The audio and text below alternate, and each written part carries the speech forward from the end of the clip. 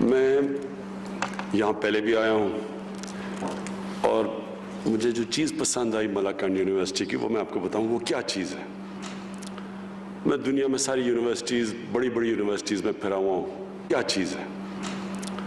میں دنیا میں ساری یونیورسٹیز بڑی یونیورسٹیز میں پھرا ہوا ہوں،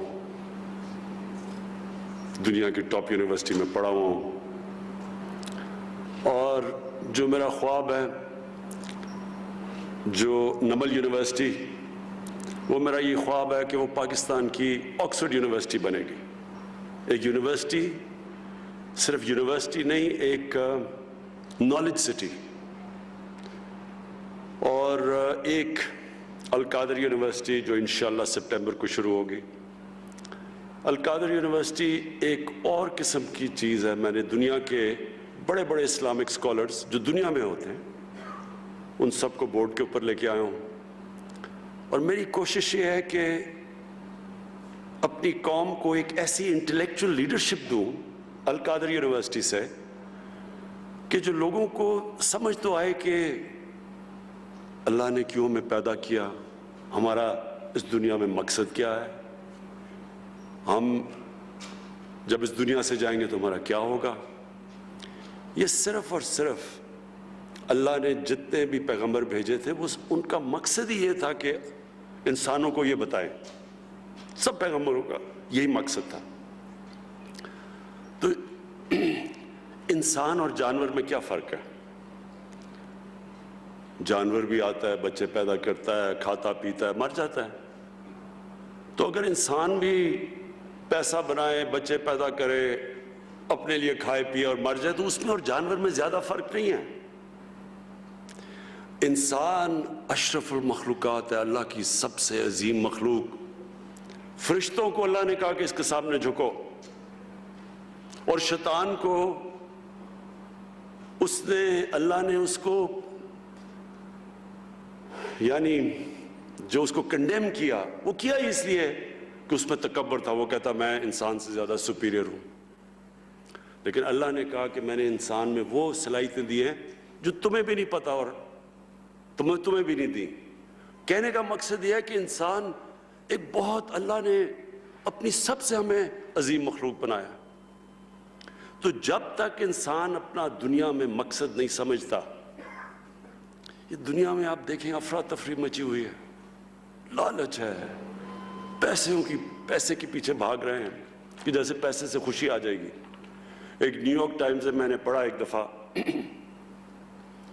ایک 50 سال آدمی نیو یارک کے اندر ٹاپ سائیکائٹرسٹ تھا، اس نے 50 سال کے بعد اپنی فائنڈنگز دی، اور اس کے نمبر 1 فائنڈنگ کیا تھی کہ اس نے کہا جو میرے پیشنٹس تھے ان میں نے ایک چیز دیکھی کہ جتنا اس کا پیسہ بڑھتا رہا اور اس کی دولت بڑھتی رہی،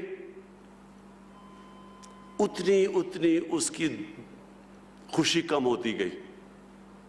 انورس ریلیشن شپ تھی پیسے کی اور خوشی کی۔ اب میں کہنا نہیں چاہتا لیکن ہمارے بھی ہیں، اب دیکھیں کہ وہ اتنے بڑے یہاں اربوں پتی بیٹھے ہوئے ہیں، آپ یقین کریں میں آپ کو لکھ کے دیتا ہوں کہ ان کو پتہ ہی نہیں کہ ان کے پاس کتنا پیسہ ہے۔ 30 سال میں اس ملک کا پیسہ چوری کیا، ان کو پتہ ہی نہیں ہے کتنا پیسہ ہے۔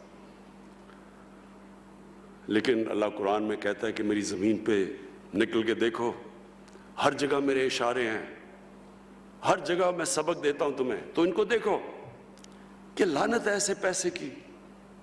بچے بھی جھوٹ بول رہے ہیں، وہ بھی جھوٹ بول رہے ہیں، کبھی ہسپتال میں جا رہے ہیں، کبھی جیل میں جا رہے ہیں۔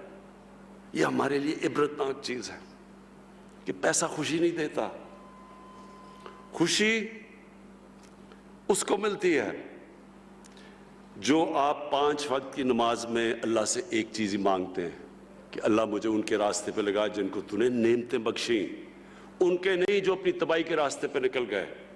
یہ سارا وقت آپ کی زندگی کے اندر یہ 2 راستے آئیں گے، اور ایک خوشی کا راستہ ہے اور ایک آپ کی تباہی کا راستہ ہے۔ ایک وہ راستہ ہے جو آسان راستہ نہیں ہے، مشکل راستہ ہے۔ سب سے زیادہ نعمتیں تو اللہ نے اپنے پیغمبروں کو بخشی، لیکن اللہ کے پیغمبروں کی کسی کی بھی آسان زندگی نہیں تھی، سب کی مشکل زندگیاں تھیں۔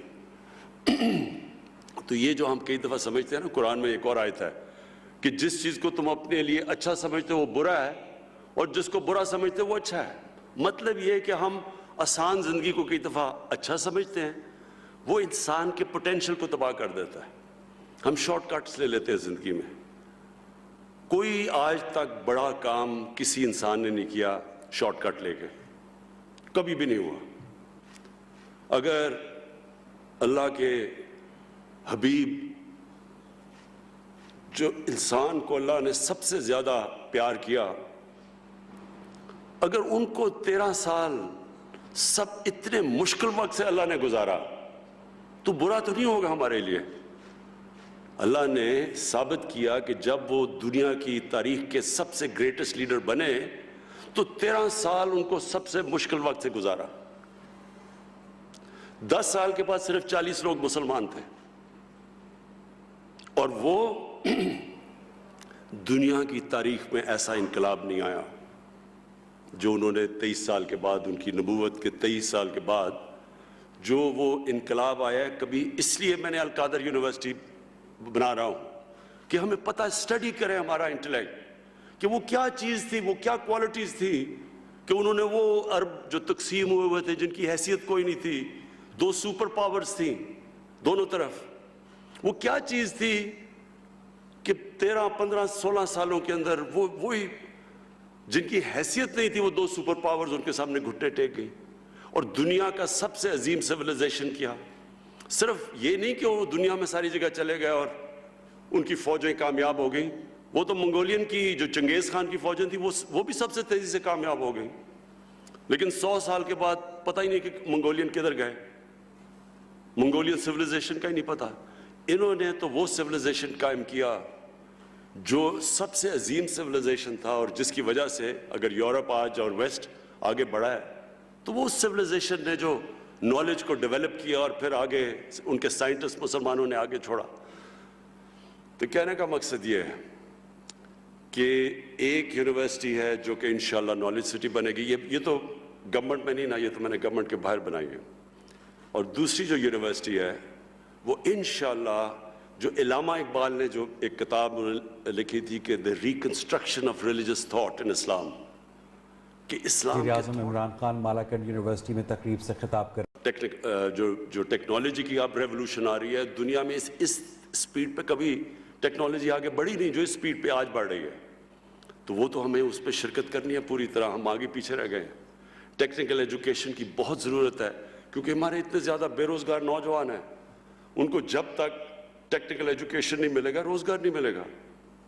یعنی وہ، اور جتنا ہم اپنے انسانوں کے اوپر ویلیو ایڈ کرتے جائیں، جتنا ان کے اوپر خرچ کرتے جائیں گے وہ معاشرے میں ویلیو ایڈ کریں گے، اور دنیا میں تو وہ اکانومی اوپر جاتی ہے جو نالج اکانومی ہے۔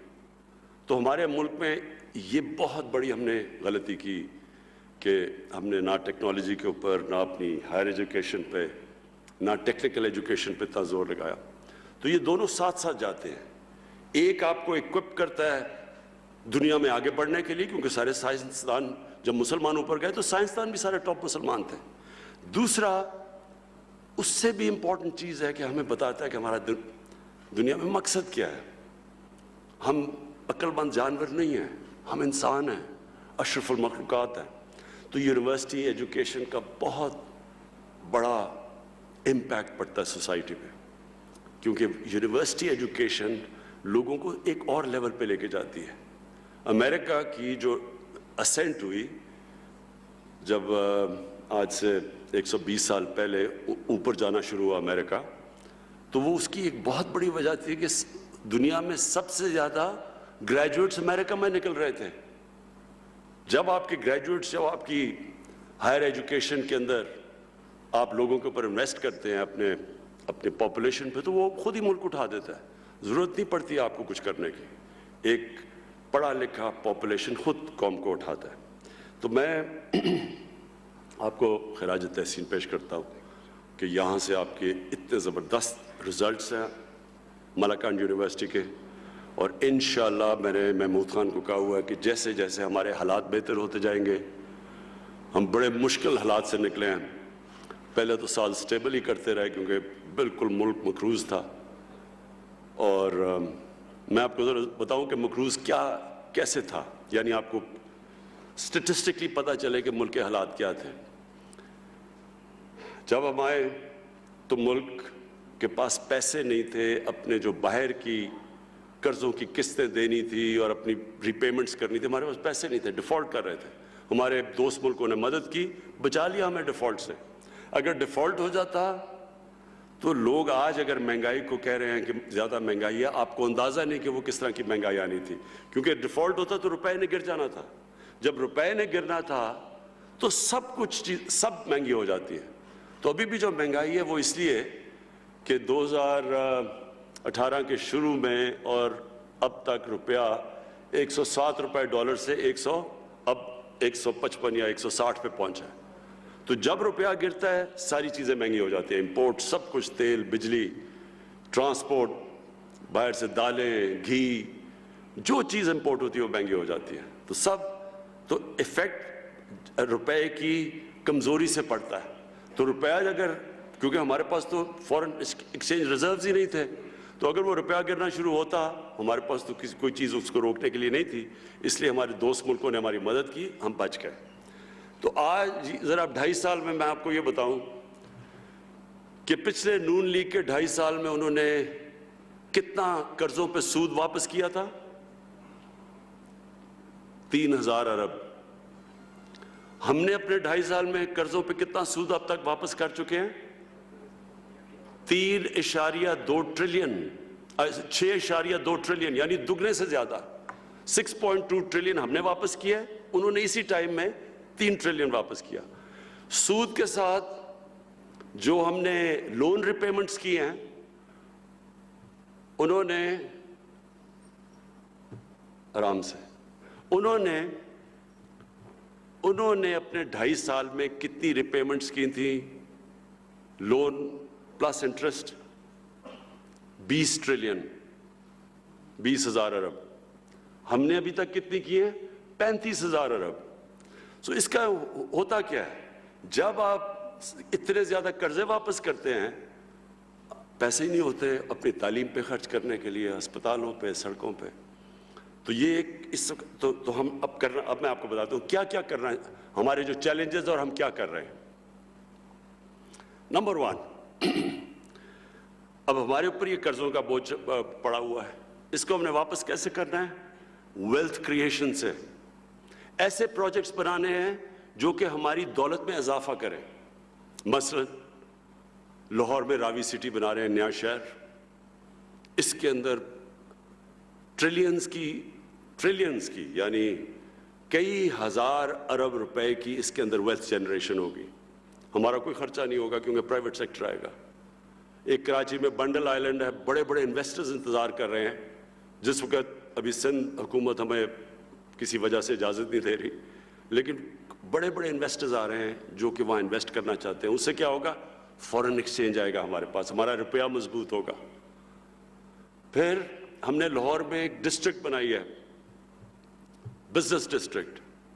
ہم اندازہ لگا رہے تھے کہ اس سے 6,000 ارب روپے کی ویلتھ جنریشن ہوگی. پھر 2 بڑی ڈیمز بنا رہے ہیں 50 سال کے بعد, بادشاہ ڈیم اور ممند ڈیم. 50 سال کے بعد یہ 2 بڑی ڈیمز بن رہی ہیں. یہ ویلتھ جنریٹ کریں گی کیونکہ اس سے ہمارا پانی سے جو بچے گا, اس پانی سے ہم فصلیں زیادہ, ایگریکلچر پروڈکٹیوٹی بڑھے گی ہماری. سارا جو ہمارا چشمہ رائٹ بینک کینال کا, یہاں چیف منسٹر صاحب مجھے کہتے رہتے ہیں, اس سے کم از کم کوئی 3 لاکھ ایکڑ ڈی آئی خان کے اندر زمین کاشت ہو سکتی ہے. تو اس کے لیے تو بڑی ڈیمز, تو وہ ان سے ویلتھ جنریشن ہوگی. پھر ہم کنسٹرکشن انڈسٹری کے, وہ اس وقت ہماری کنسٹرکشن انڈسٹری کو ہم وہ انسینٹیو دے رہے ہیں, اور وہ اس لیول کی کنسٹرکشن ہو رہی ہے جو پاکستان کی تاریخ میں کبھی نہیں ہوئی, کیونکہ ہم نے ان کو انسینٹیوائز کیا, ان کے لیے آسانیاں کی, اپنے لو کاسٹ گھر بنا رہے ہیں, افورڈیبل ہاؤسنگ لوگوں کے لیے. یہ پہلی دفعہ پاکستان میں ہو رہا ہے. تو جیسے جو کنسٹرکشن ہے اس کے ساتھ 30 اور انڈسٹریز جڑی ہوئی ہیں. تو جب کنسٹرکشن چلتی ہے تو 30 اور انڈسٹری چلتی ہے, روزگار بھی ملتا ہے, ویلتھ کریشن بھی ہوتی ہے. اور پھر جو اگلی چیز ہے ٹورزم.